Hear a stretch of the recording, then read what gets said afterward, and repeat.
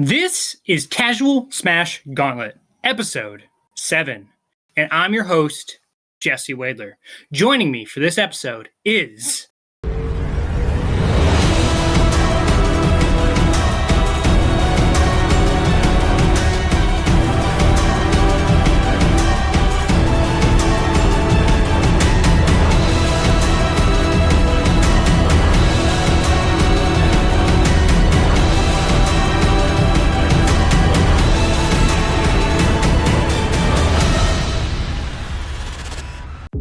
And here we are with a Smash Bros. YouTuber with a unique focus on the training and battling of high-level amiibos. With 8 characters in Elite Smash and a specialty in heavies, the Incineroar main, Inciname.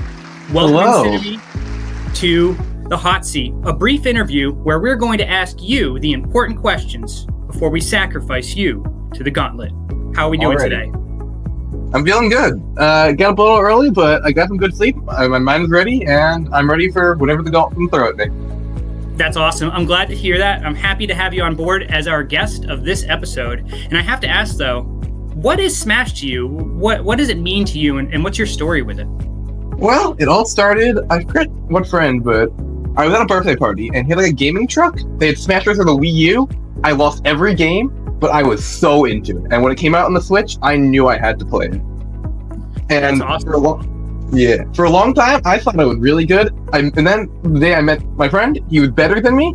And I spent years getting as good as I possibly could. And that brought me to where I am now. Now it's a game I play for fun with some friends, but sometimes I take it pretty seriously.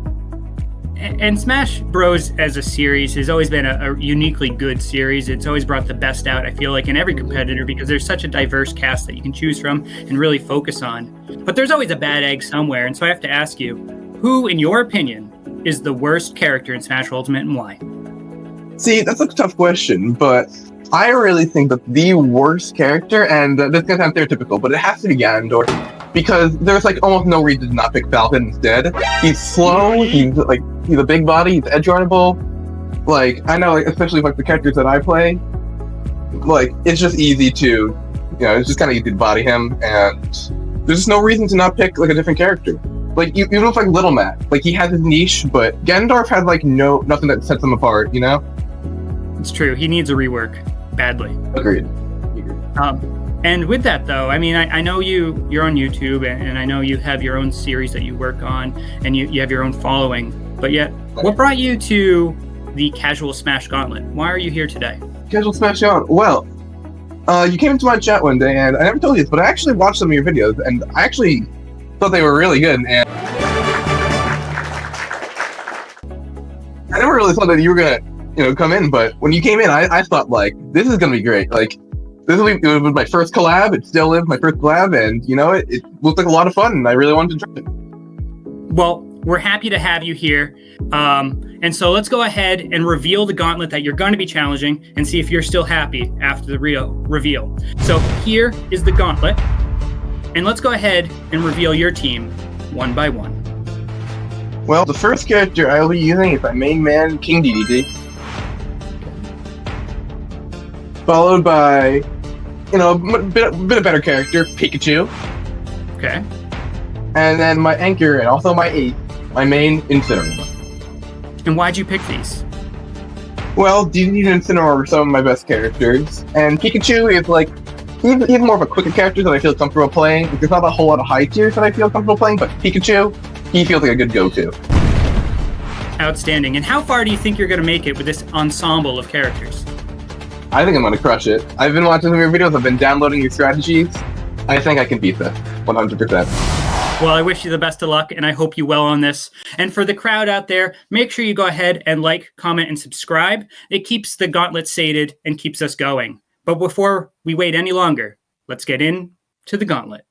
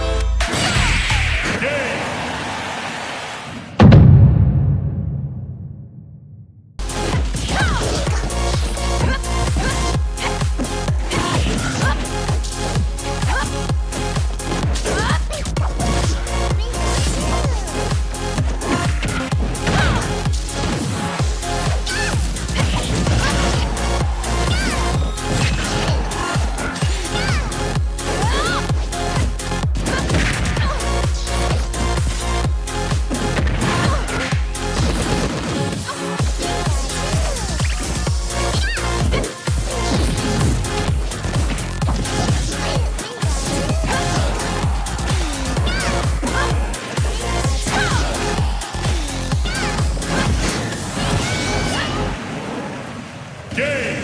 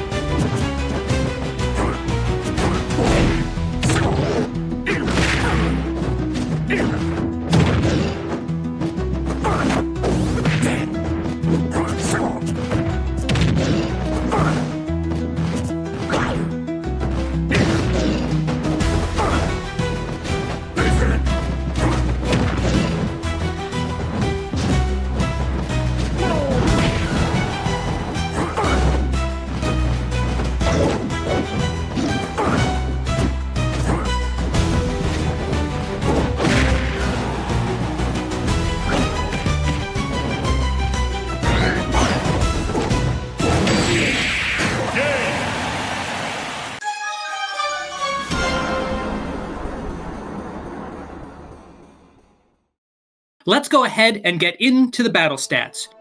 In Inciname's run, he took 15 stocks for the price of 9 stocks, with an efficiency percentage of 167%. His toughest opponent was Mewtwo, who took 4 stocks, while his easiest opponent was Young Link, who took 0 stocks.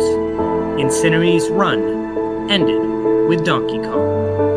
His character stats are displayed here.